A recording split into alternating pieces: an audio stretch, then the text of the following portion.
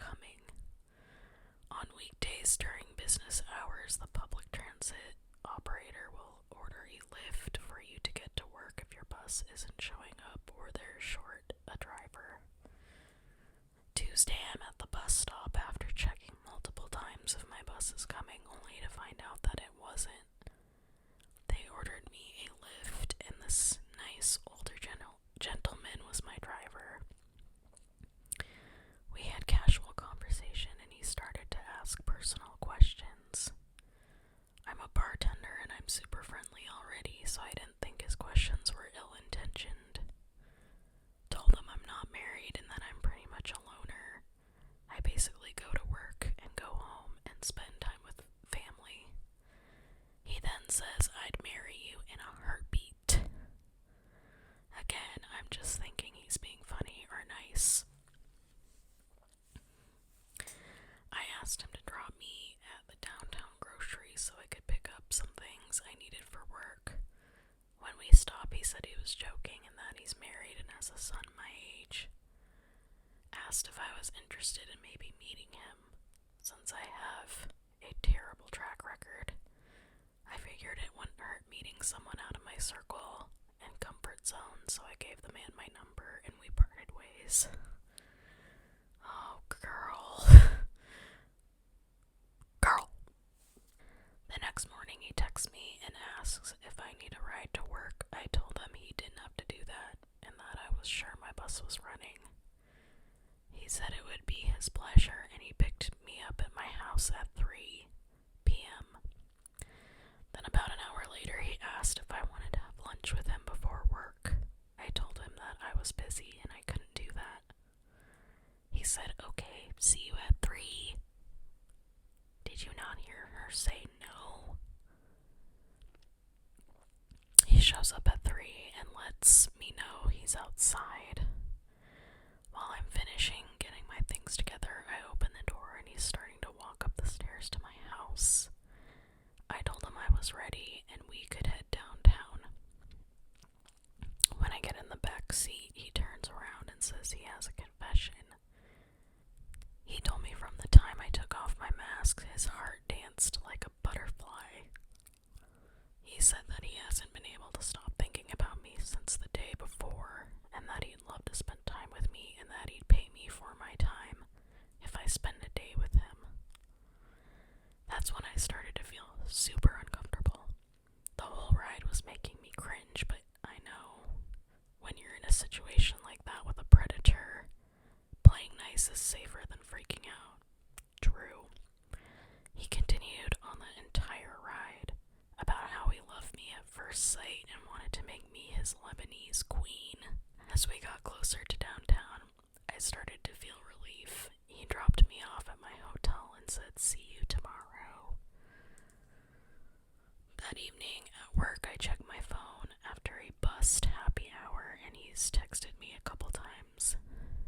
He sent a picture of the hotel and said he'd wait for me to get off to give me a ride home. I told him I already had a ride, but thank you anyways. Thursday morning, I'm out running errands with my mom and sister. He texts me and asks me how early he can pick me up, because he can't stop thinking about me. I asked him to please stop and that I was with family. He continues to text me all day and evening, begging to see me, telling me his heart is aching to see his Lebanese queen. I just kept saying, please, stop. Friday morning, the shit hit the fan. He tells me he loves me no matter what. He said I told my wife about you and that I'm in love with you and I want a divorce. Told him to please don't do that and that it wasn't right to treat his wife that way. He said it wasn't my fault. They were drifting apart anyways. Then he said I'm picking you up for dinner at 5:30 and I'm not taking no for an answer. I ignored the messages during the day and just went about my off day. Around 5:25, my video doorbell rings, and he's standing on my porch for at least 15 minutes. I told him I wasn't home and that he should leave. He continues to text me and beg to come pick me up from my parents.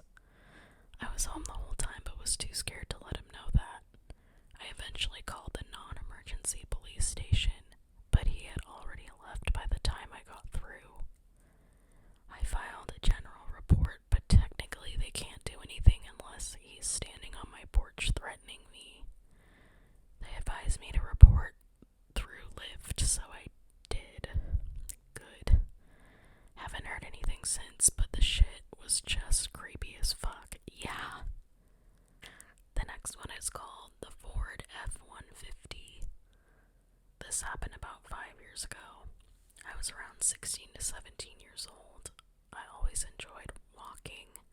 I would spend at least 1 hour a day walking the roads around where I lived. One day I was out doing my normal route, walking down my street that my house was on, taking a right out to the main street and following it until I got to the end. There I would cross the crosswalk and retrace my steps to go home. On this particular day, I was about 20 feet from where I would leave the main road on my journey back home. I had my headphones in, blasting music as always, which can be a bad habit as I am a young female that has been put in some sketchy situations while going for my walks. Men chasing me, following me, etc. But since it was daylight and the roads were pretty busy, I figured I was safe. But man, was I ever off with that assumption. As I was about to pass the entrance of a side street before leaving this main road, a black Ford F-150 pulled up. He stopped and gestures for me to walk in front of him, so I do so. I was about to go on my merry way when I barely heard someone trying to talk to me. I turned down my music, taking out my headphones as I looked to see the man in the black Ford still stopped at the entrance of the side road. I looked at him, puzzled, trying to figure out if he was talking to me. I pointed at myself, and he grinned, nodding. "What's a beautiful girl like you doing out here?" he asked. I laughed awkwardly. Walking," I replied, seeing as the answer should have been obvious. "It's a beautiful day for that," he commented, just seeming to make small talk. "Yeah," I stated before going to turn around and continue my route home. "Wait," the man called. I stopped and turned around, just trying to be polite, even though the encounter was odd. I didn't see too many red flags yet. The man went off saying things such as, "You're so beautiful. You know, you have a really nice body. This hot weather is nice for a hot girl." What does that even mean? What? That's the dumbest shit I've ever heard. I grew incredibly uncomfortable at this point, seeing as this man had to be in his mid-40s. He had a bit of receding hairline with black hair, a nose with a protruding bridge, blue eyes that were surrounded by slight wrinkles, and he was dressed in a dress shirt. So I instantly brought up my age, saying I'm a minor. Smart girl. There have been multiple times I have been mistaken for being older than I was, and I was hoping saying this would get this fully grown adult-ass man to back off. But he didn't. "Oh, that's okay. Come on, sweetheart. Get in the truck." Wow. That's when I started panicking. Red flags shooting up everywhere. Stranger danger. I laughed nervously, looking at the cars around me to see if anyone was noticing what was happening. Nobody did. "No, that's fine. My house isn't far." "No, really. Get in the truck. I'll bring you home." "No." "Come on, just get in here with me," he called as I turned and started walking away. I was hoping he'd just drive off somewhere else.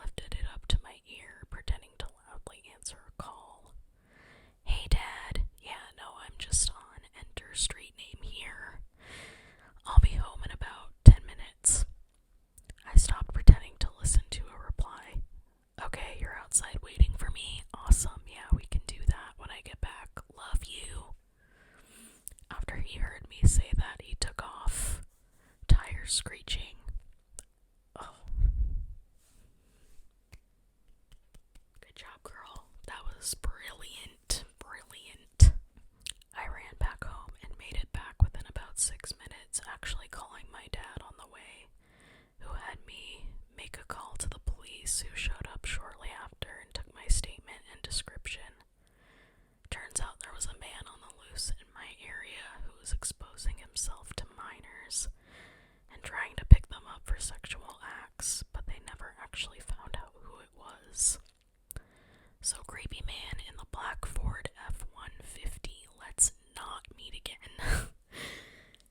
Good God, that is horrific. That's really, really disturbing.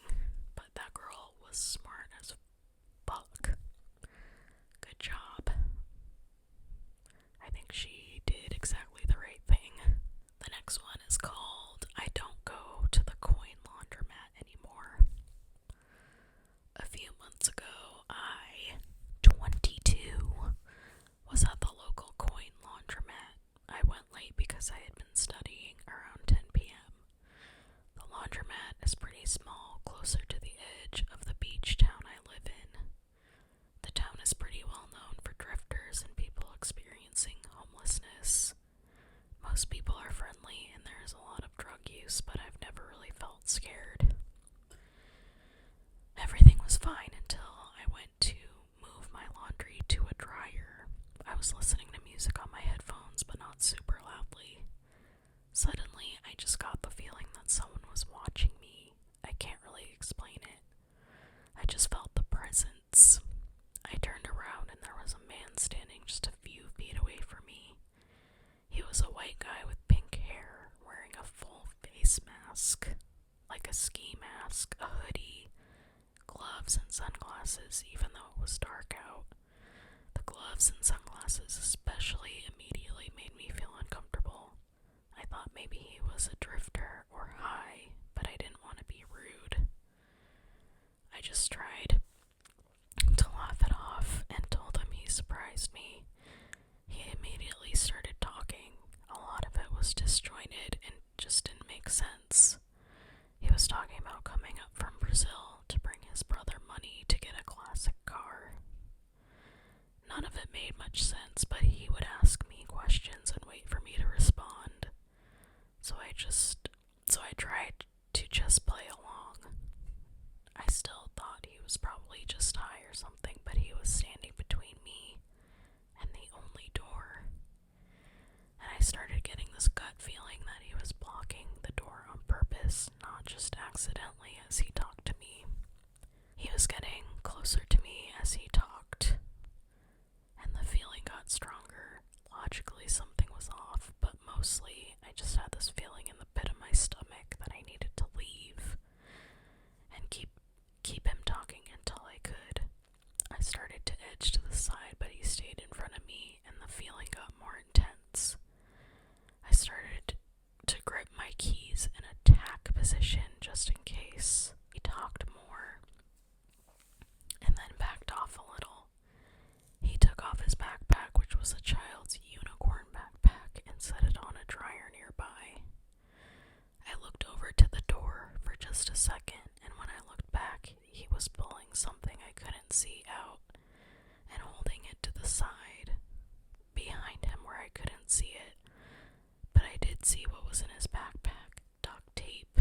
Instantly, it was just like an alarm went off. There was no more worrying about being rude, no more second guessing myself that he was just off but harmless. It was like this cold, numb dread just washed down over me. I almost felt calm, like I knew the next steps, knew I had to do something. Time seemed to move in slow motion, and he turned back to me, not saying anything anymore, and took a step forward. I gripped my keys as tightly as possible and tried to mentally prepare to fight. I remember being afraid that I would move too slow or be too weak, like in a nightmare. But all of a sudden, the door to the laundromat opened and a woman walked in, barely even looking at us as she went to get her laundry. It was like a scene in a movie, a moment of intensity just interrupted by something innocuous, and suddenly it's over. He just turned, got his bag, and left. I was so scared I just stayed there a minute until I could get my laundry and just go home. I didn't report it. I never knew what to say. since nothing had actually happened.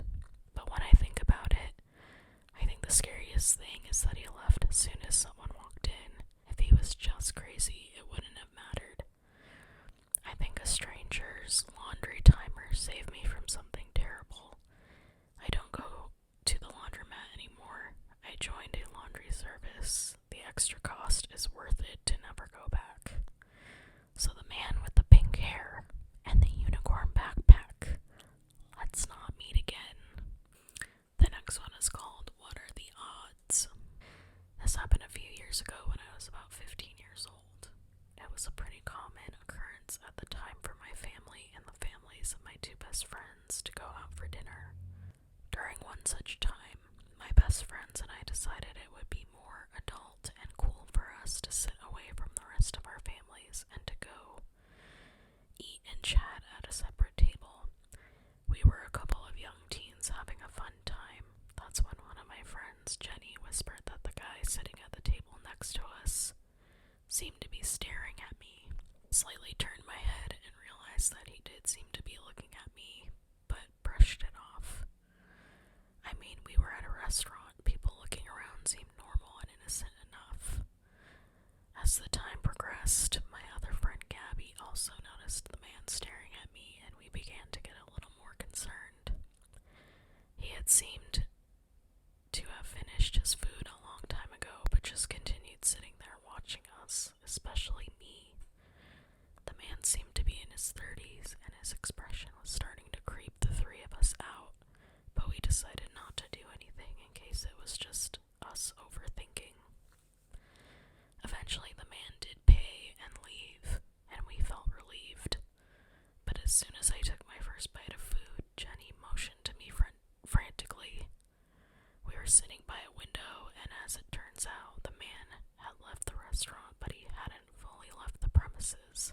He was actually standing below the window, continuing to stare at me. At this point, we realized this wasn't normal behavior, but we also didn't want to alert our families and cause a scene.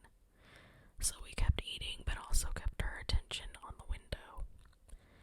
By the time we were all done with dinner and our bill had been paid, the man was still outside. We were worried he would try something, so we stayed close to our dads on the way out. He followed us as we walked to our cars from a distance, but eventually changed direction and left. The whole ordeal was super creepy to us, but we let it go because, well, it was over, or so we thought. 3 months later, the three of us decided to visit the busy downtown area of our city for fun. We were standing on a street corner trying to figure out where to go next when I felt Gabby tapping my shoulder. At first I didn't respond, but when she continued, I looked up and I felt like my heart had stopped. It was the same guy from the restaurant. The restaurant had been nowhere near where we were currently standing, yet somehow by sheer coincidence we had ran into him again in a city of huge population. The guy made eye contact with me and I could tell he could recognize us. We immediately walked away as fast as we could and he started to follow, but after a few minutes eventually we did lose him. We tried to continue on with our plans and did end up having a good time, all things considered. However, just when we had decided to head back home, we ran into the guy and one of his friends again. This time we were really freaked out. He spotted us again, and this time him and his friends followed us. Gabby told us maybe he wouldn't come after us if we went into a makeup store. We tried that, but nope, they walked right inside after us. At this point, Jenny was ready to call the police, but we decided to try and lose them one last time by ducking into a toy store. We stayed in the store for a while and kept an eye outside. They walked back and forth for a few minutes looking for us, but eventually they left the area, and we decided now was the time to make our move and leave. This time we lost them for good, but the whole ordeal was beyond stressful. The three of us never told anyone else what happened. I still don't know what he wanted from me or what would have happened if he had caught up to us.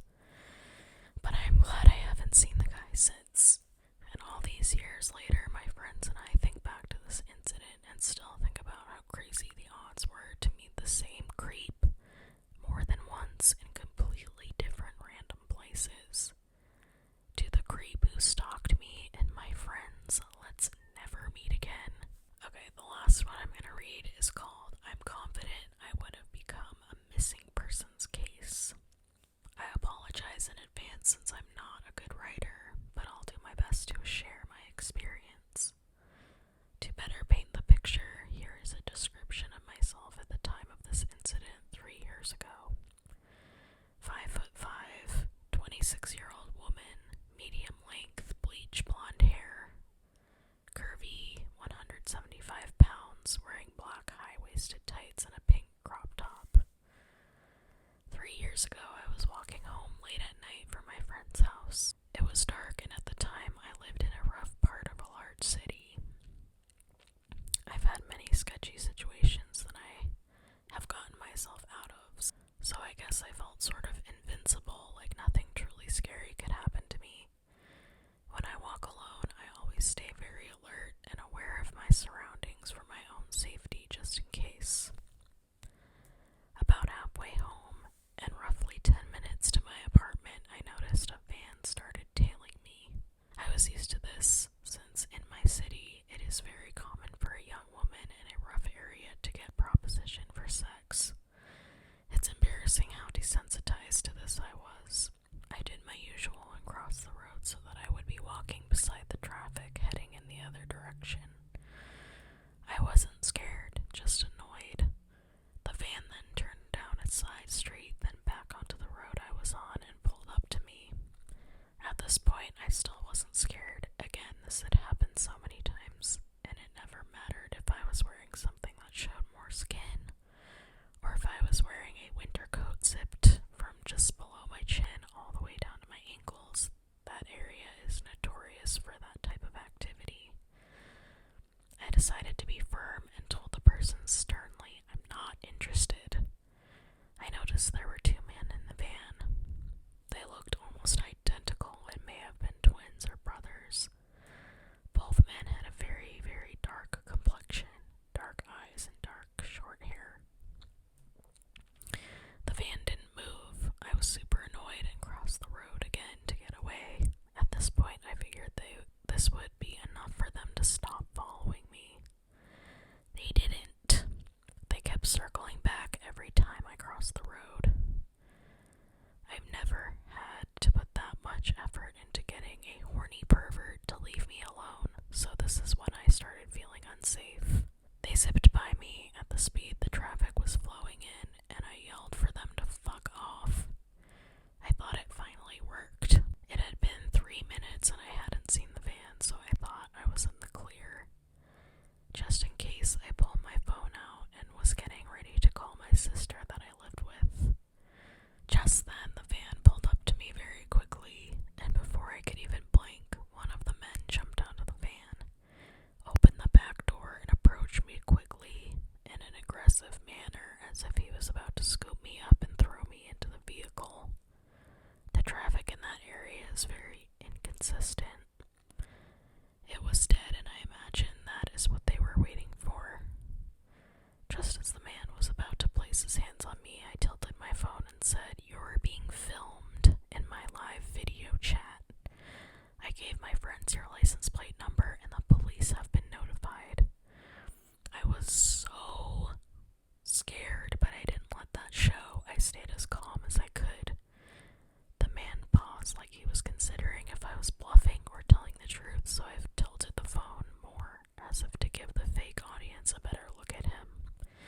He then jumped into the van and they sped off. I have never been the same since that night.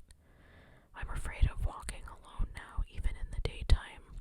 Stay safe out there. 2 creeps in a van. Let's not ever meet. I hope karma finds you both soon.